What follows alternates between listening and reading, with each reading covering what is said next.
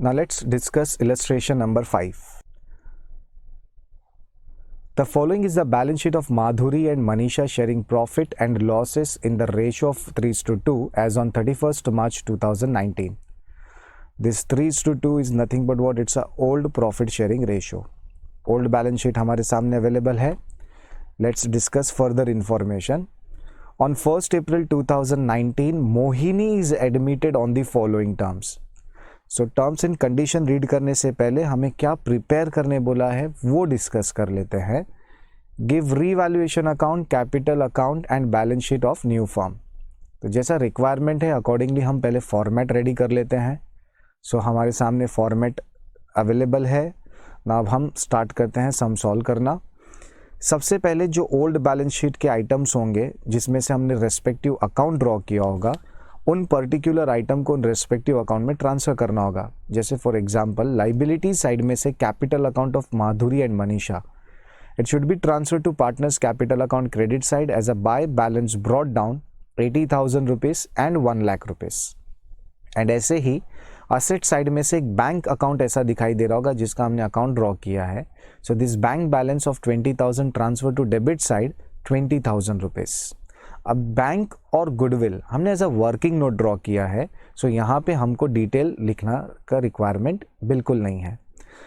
Okay, now let's start with the adjustment. She is to pay rupees 1 lakh as her capital and rupees 40,000 as her share of goodwill. So 1 lakh rupees capital है. So इसका मतलब ये होता है कि business में पैसा आ रहा है. तो मेरा इसका अगर जर्नल एंट्री देखूं तो क्या बनता है? Bank account debit to Mohini's capital account.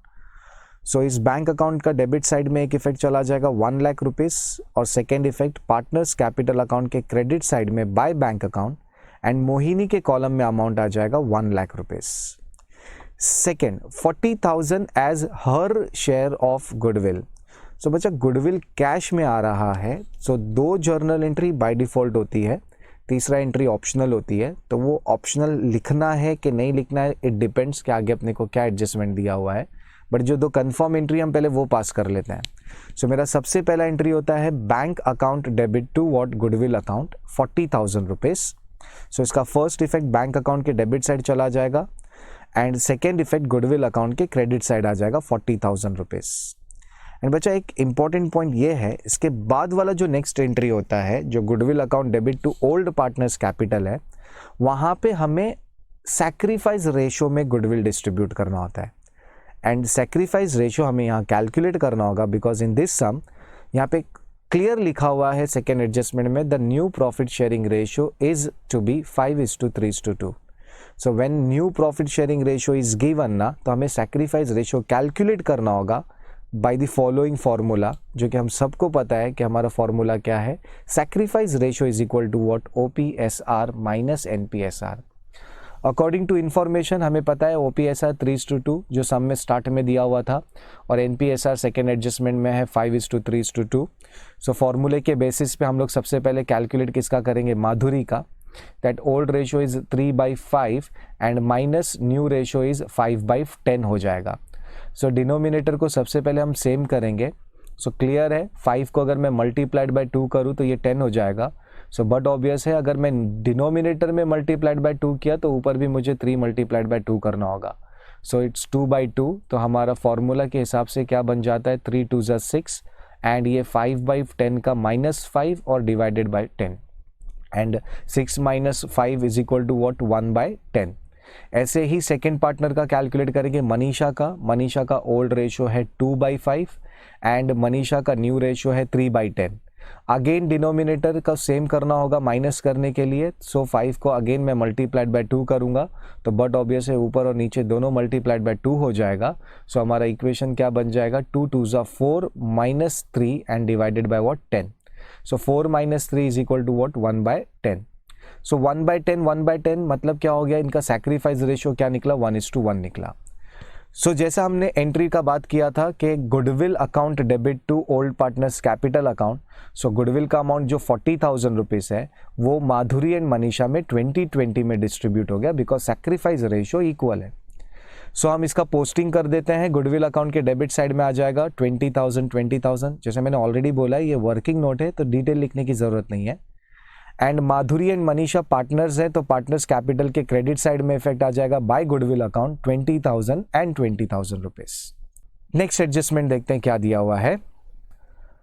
The assets are to be revalued as under building 1 lakh rupees, plant and machinery 48,000।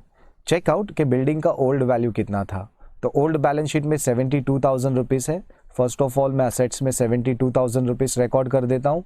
Then 1 lakh rupees हो गया, मतलब एप्रिशिएट हुआ, वो भी डिफरेंस अमाउंट से बोले तो कितना 28,000 रुपीज से। So outer column answer is 1 lakh rupees. Increase होना प्रॉफिट है तो रीवैल्यूएशन अकाउंट के क्रेडिट साइड में आ जाएगा बाय बिल्डिंग अकाउंट, कितना रुपया 28,000 रुपीज। देन ऐसे ही next item plant and machinery 48 है, ओल्ड वैल्यू चेक कर रहा हूँ तो 60,000 है, बट नया वैल्यू 48 हो गया, मतलब डेप्रीशिएट हुआ। एंड डिफरेंस अमाउंट बोले तो 12,000 रुपीज से डेप्रीशिएट हुआ, and outer column answer is 48,000। तो डेप्रीसिएशन लॉस है तो it should be transfer to debit side to plant and machinery account, and amount आ जाएगा 12,000 rupees. Let's see next adjustment. RDD to be increased up to ₹4,000, मतलब RDD 4,000 रुपए तक increase हुआ। मतलब मेरा डेटर्स का जो इनर कॉलम अमाउंट है ना वो 42,000 रुपीज वो लिया, ऑलरेडी 2,000 था, एंड करंट फिगर कितना इंक्रीज हो गया है, होकर हो गया है 4,000 रुपीज। तो मैं यहाँ से लेस आरडीडी करूंगा 4,000 एंड आउटर कॉलम में चला जाएगा 38,000 रुपीज। सो पूरा का पूरा 4,000 क्रिएटेड नहीं है, हम 2,000 ऑलरेडी ओल्ड आरडीडी मतलब ओल्ड बैलेंस शीट में दिया हुआ था, एंड हमने अभी टोटल 4,000 इंक्रीज किया है आरडीडी को, तो मतलब actual loss amount is only 2,000, जो कि आरडीडी अकाउंट बोलकर डेबिट साइड में ट्रांसफर हो जाएगा 2,000। नाउ नेक्स्ट फिफ्थ एडजस्टमेंट देखो क्या दिया हुआ है। The old partners decided to retain half of the amount of goodwill in the business. I hope तुमको याद होगा जब मैंने फर्स्ट एडजस्टमेंट डिस्कस किया था जहां पे गुडविल कैश में आया था, तब मैंने बोला था कि गुडविल का 2 एंट्री तो बाय डिफॉल्ट होता ही है, जो कि हमने ऑलरेडी पास कर दिया है। तीसरा एंट्री ऑप्शनल होता है विड्रॉवल का। सो फिफ्थ एडजस्टमेंट में क्लियर इंस्ट्रक्शन दिया हुआ है, the old partners decided to retain half of the amount of goodwill in the business. तो बच्चे it's a common sense, half retain कर रहे हैं मतलब हाफ रख रहे हैं। इसका मतलब क्या हुआ, बाकी का जो रिमेनिंग हाफ है वो उन लोगों ने विड्रॉ कर लिया। मतलब जो गुडविल का टोटल 40,000 था उसमें से हाफ रखा है और हाफ विड्रॉ कर लिया, तो हाफ मीन्स कितना हो गया 20,000, और विड्रॉ किया मतलब old partners capital account debit to bank account, ये हमारा जर्नल एंट्री है। So that old partners means Madhuri and Manisha and to bank account, and half amount 20,000 हो गया और सैक्रिफाइस रेशियो में डिस्ट्रीब्यूट होगा, जो कि हमने ऑलरेडी कैलकुलेट किया था 1:1। सो 10,000 दोनों पार्टनर्स के कैपिटल में चला गया। सो अभी अगर मैं इसके इफेक्ट्स का बात करूं तो इसका पहला इफेक्ट पार्टनर्स कैपिटल के डेबिट साइड चला जाएगा टू बैंक अकाउंट। माधुरी के कॉलम में 10,000 रुपीज एंड मनीषा के कॉलम में भी 10,000 आ जाएगा। And second effect bank account के क्रेडिट साइड में डायरेक्ट लिखेंगे 10,000 रुपीज एंड 10,000 रुपीज। नाउ इसी के साथ हमारा फिफ्थ एडजस्टमेंट कंप्लीट। नेक्स्ट देखते हैं कौन सा एडजस्टमेंट है, और शायद से वो लास्ट एडजस्टमेंट है, that sundry creditors should be revalued at ₹66,000। बच्चा कैसा है मालूम है, यहाँ पे एक्चुअली मैं अगर ओल्ड बैलेंस शीट देखूँ तो थोड़ा सा अमाउंट मिसप्लेस हुआ है। दैट सन्ड्री क्रेडिटर्स का figure is 60,000 rupees. Okay, so current value कितना हो चुका है 66, ओल्ड वैल्यू कितना था 60। तो सबसे पहले हम सन्ड्री क्रेडिटर्स का ओल्ड वैल्यू लिख देते हैं 60,000 रुपीज, एंड करंट 66 हुआ मतलब 6,000 रुपीज से इंक्रीज हुआ, एंड आउटर कॉलम आंसर 66 हो गया। नाउ लाइबिलिटी का वैल्यू इंक्रीज होना लॉस होता है, सो ये 6,000 रुपये का लॉस चला जाएगा हमारा डेबिट साइड में as a to creditors account, and amount आ जाएगा 6,000 रुपये। Now with this all adjustment done. अब ऐसे आइटम जिनका रीवैल्यूएशन से कोई फर्क ही नहीं पड़ा, मतलब ना कोई इंक्रीज ना डिक्रीज, कोई इन्फॉर्मेशन ही नहीं है, उसको एज इट इज रिकॉर्ड कर देते हैं। तो अगर मैं स्टार्ट करूँ असेट साइड में से, तो असेट्स में स्टॉक की कोई इन्फॉर्मेशन नहीं थी, तो वो एज इट इज रिकॉर्ड हो जाएगा कितना रुपया 48,000 रुपीज, एंड फर्नीचर की भी कोई इन्फॉर्मेशन नहीं थी, वो भी एज इट इज रिकॉर्ड हो जाएगा 10,000 रुपीज। ऐसे ही लाइबिलिटी साइड में से बिल्स पेएबल है जो कि 10,000 रुपीज है, वो भी एज इट इज रिकॉर्ड हो जाएगा। नाउ विद दिस हमारा बैलेंस शीट का पोस्टिंग भी हो गया। नाउ अब इंपॉर्टेंट टास्क है हमारा बैलेंस करना। तो हम बैलेंस कहाँ से स्टार्ट करेंगे, रीवैल्यूएशन से। सबसे पहले हम चेक करेंगे कि कौन सा साइड हायर है और कौन सा साइड लोअर है। सो रीवैल्यूएशन अकाउंट का क्रेडिट साइड टोटल मैं देखता हूं ना, तो 28,000 रुपीज़ है, एंड डेबिट साइड का टोटल देख रहा हूँ तो 20,000 रुपीज़ है। तो 28 में से 20 गया तो डिफरेंस कितना आता है, 8,000 रुपये का। हम सबको पता है हायर वाला वैल्यू दोनों साइड रिकॉर्ड करते हैं, एंड जो साइड लोअर है वहाँ पे बैलेंस लिखा जाता है। एंड ये 8,000 रुपीज़ एक्चुअली क्या है, ये रीवैल्यूएशन का प्रॉफिट है। एंड बच्चा this 8,000 rupees should be distributed among the old partners, जो सिर्फ माधुरी एंड मनीषा को जाएगा, और वो भी उनके ओल्ड प्रॉफिट शेयरिंग रेशो में, जो कि ऑलरेडी दिया हुआ था 3:2। सो ये 8,000 रुपये को हम 3:2 के हिसाब से डिस्ट्रीब्यूट करें तो माधुरी के अकाउंट में चला जाएगा 4,800 एंड मनीषा के अकाउंट में चला जाएगा 3,200 रुपीज़। ना ये बैलेंसिंग फिगर है, तो ये बैलेंसिंग फिगर रीवैल्यूएशन अकाउंट से ट्रांसफर होके पार्टनर्स कैपिटल के क्रेडिट साइड चला जाएगा, एंड माधुरी के कॉलम में 4,800 एंड मनीषा के कॉलम में 3,200 रुपीज़। नाउ नेक्स्ट अकाउंट हम क्लोज करेंगे पार्टनर्स कैपिटल अकाउंट। सबसे पहले माधुरी अकाउंट दिखाई दे रहा है, सो हम चेक कर लेते हैं कौन सा साइड हायर है, कौन सा साइड लोअर है। सो माधुरी का बैलेंस करूं तो माधुरी का क्रेडिट साइड टोटल 1,04,800 है, and debit side only 10,000 rupees है। तो डिफरेंस निकाला तो पता चला 94,800 है। So both the side higher वाला अमाउंट रिकॉर्ड करेंगे, एंड लोअर वाली साइड हम डिफरेंस अमाउंट लिख लेंगे जो कि 94,800 है। ऐसे ही मनीषा का अकाउंट क्लोज करते हैं। मनीषा का भी क्रेडिट साइड हायर है, तो credit side total is 1,23,200 and debit side total is 10,000। और डिफरेंस निकाला तो 1,13,200 रुपीज़ आया।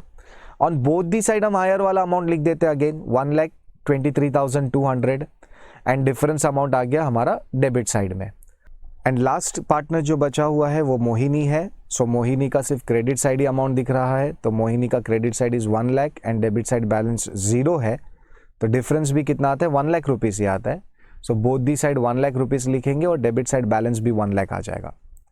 ना ये जो बैलेंस दिख रहा है हमें पार्टनर्स कैपिटल अकाउंट में 94,800, 1,13,200 एंड 1 लाख रुपीज़, ये तीनों के सामने हम क्या लिखेंगे, to balance carried down and this balance transfer to balance sheet का लाइबिलिटी साइड।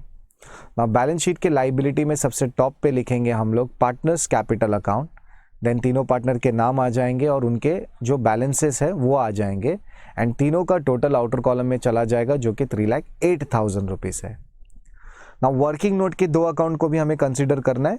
देन पहले हम बैंक अकाउंट देखते हैं। बैंक अकाउंट में debit side total is greater than the credit, so 1,60,000 दोनों साइड रिकॉर्ड कर दिया, एंड ये 20,000 लेस किया तो 1,40,000 बैलेंस आता है, ये असेट्स में ट्रांसफर हो जाएगा बैंक।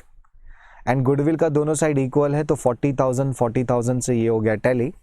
एंड फाइनली हमारा जो बैलेंस शीट है उसका असेट्स और लाइबिलिटी साइड क्या हो जाएगा, इक्वल, जो कि 3,84,000 रुपीज़ है।